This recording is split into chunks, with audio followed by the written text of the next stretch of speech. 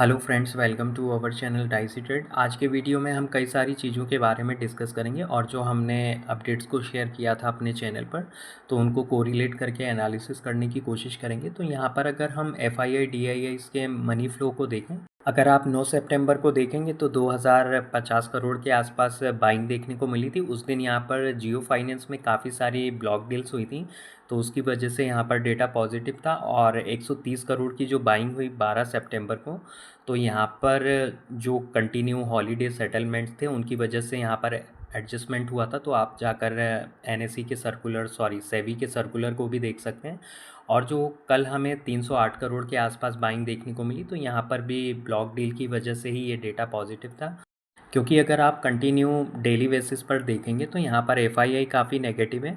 और जो हमें पहले एक तेज़ी देखने को मिलती थी, 200-250 पॉइंट की वॉलेटिलिटी देखने को मिलती थी मार्केट में, चाहे वो अपसाइड में हो या डाउन साइड में, तो मार्केट में काफ़ी एक लिक्विडिटी रहती थी और मोमेंटम भी होता था।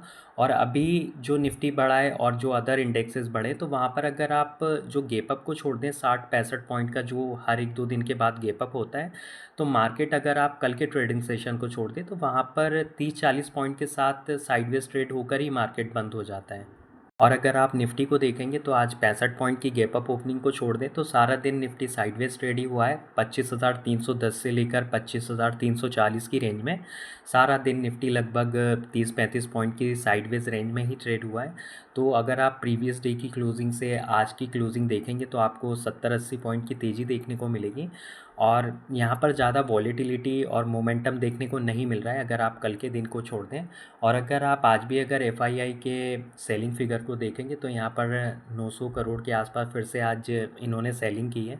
एफआईआई और डीआईआई के मनी फ्लो को जो डिस्कस करने का रीज़न है वो यहाँ पर, क्योंकि बहुत सारे लोग जो बोलते हैं कि हमें फॉरेन फंड्स की ज़रूरत नहीं है, क्योंकि हमारे मार्केट में फॉरेन फंड्स ही वॉल्यूम्स को जनरेट करते हैं, इसलिए लिक्विडिटी काफ़ी ज़्यादा होती है।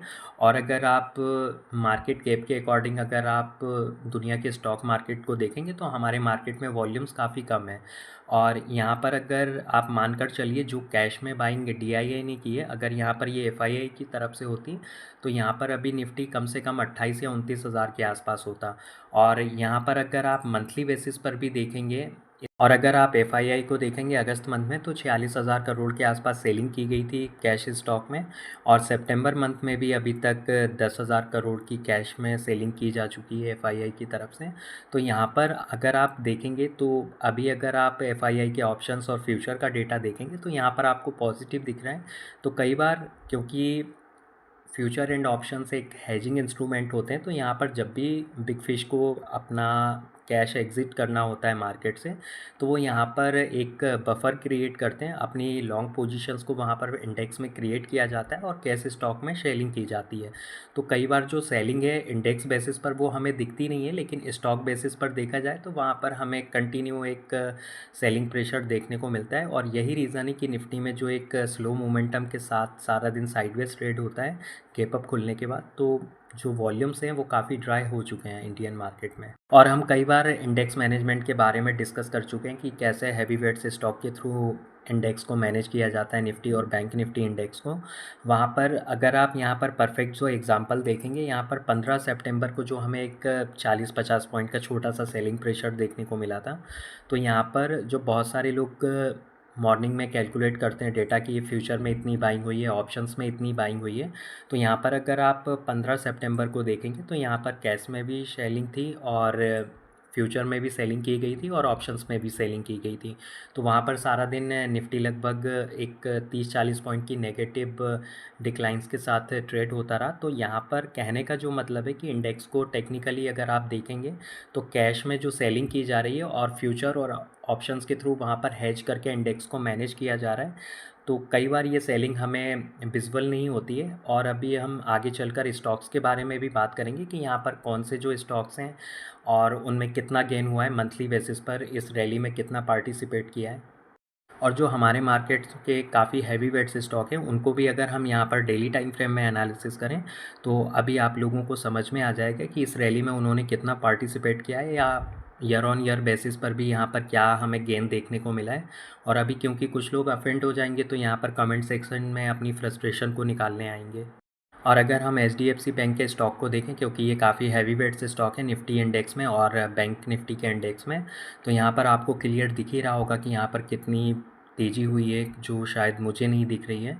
और अगर आप आईसीआईसीआई बैंक को देखेंगे तो यहाँ पर भी काफ़ी तेज़ी हुई है, वो भी मुझे शायद दिख नहीं रही है। एक्सिस बैंक को अगर आप देखें तो यहाँ पर जो 17 जुलाई के बाद जो एक हमें रिज़ल्ट आने के बाद यहाँ पर गैप डाउन ओपनिंग देखने को मिली थी, तो अभी तक ये वहीं पर ट्रेड हो रहा है। भारती एयरटेल को अगर आप देखें तो यहाँ पर रेंज बाउंड ट्रेड हो रहा है। एसबीआई ने ज़रूर आज यहाँ पर थोड़ा सा अपनी रेंज बाउंड रेंज को ब्रेक किया है, लेकिन लगभग अपने लास्ट रेजिस्टेंस जोन के आसपास ही ट्रेड हो रहा है। और इंडस बैंक के साथ अगर देखा जाए तो इसकी मार्केट कैप को काफ़ी डेंट लगा है। हो सकता है ये नेक्स्ट मंथ जो रीबैलेंसिंग होने वाली है निफ्टी की, तो वहाँ पर ये स्टॉक का बाहर भी हो सकता है और कोई नया स्टॉक इंक्लूड हो सकता है निफ्टी 50 के इंडेक्स में।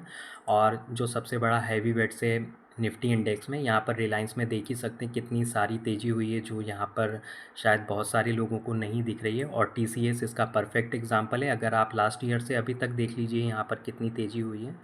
और इन्फोसिस को भी अगर आप देखेंगे तो आपको समझ आ ही जाएगा। और एलएनटी को देखेंगे तो यहाँ पर कितने लंबे टाइम से ये रेंज बाउंड ट्रेड ही हो रहा है। तो ये जो इंडेक्स के स्टॉक हैं निफ्टी और बैंक निफ्टी के, ये काफ़ी हैवी वेट से स्टॉक हैं। तो यहाँ पर जब तक इनमें मोमेंटम नहीं आएगा तो मार्केट में वॉलीटिलिटी और मोमेंटम के साथ बने रहना काफ़ी मुश्किल है। और यहाँ पर अभी हम एक मैजिक के बारे में बात करेंगे, जो ये रैली हुई है यहाँ पर, क्योंकि बहुत सारे जो टीवी चैनल्स और जो सोशल मीडिया अकाउंट्स हैं यहाँ पर डिस्कस कर रहे हैं कि ये बहुत बड़ी रैली है, बहुत सारे लोगों ने मिस कर दी है। तो यहाँ पर हम निफ्टी 50 के इंडेक्स को सिलेक्ट करते हैं और यहाँ पर मंथली बेसिस पर देखते हैं कि यहाँ पर निफ्टी 50 के जो स्टॉक हैं यहाँ पर उसमें कितना गेन हुआ है। यहाँ पर अगर आप देखेंगे मंथली बेसिस पर अगर एनालिसिस करेंगे तो आप देख सकते हैं यहाँ पर 1%, 2%, 3%, 4%। तो आप कोटक बैंक और हैवी वेट्स को भी देखेंगे तो 4%, 5% से ज़्यादा की यहाँ पर कोई तेज़ी नहीं है। और 4 या 5% होता कितना है, बहुत सारे लोग अगर इसको कैलकुलेट करेंगे तो 60-65 पॉइंट से ज़्यादा नहीं होता है 3 या 4% हैवी वेट्स स्टॉक में। क्योंकि अगर आप वॉल्यूम्स और प्राइस के अकॉर्डिंग देखेंगे तो 4-5%, 30-40 पॉइंट से ज़्यादा नहीं होता है। तो यहाँ पर कहने का जो मतलब है कि जो हैवी वेट्स स्टॉक के थ्रू इंडेक्स को मैनेज किया जा रहा है, तो यहाँ पर आपको जो सेलिंग की जा रही है मिड कैप और स्मॉल कैप स्टॉक्स में और जो बहुत सारे इंडेक्स हैं, तो वहाँ पर वो आपको इसीलिए यहाँ पर विजिबल नहीं हो रही है। यहाँ पर हमने इन सभी पैरामीटर्स को इसलिए डिस्कस किया क्योंकि काफ़ी लोगों ने कई बार पूछा था कि इंडेक्स को मैनेज कैसे किया जाता है। तो यहाँ पर ये एक छोटी कोशिश थी आप लोगों को बताने की। अगर आप लोगों को वीडियो अच्छा लगा हो तो लाइक शेयर करें और चैनल को सब्सक्राइब करें। Thanks for watching.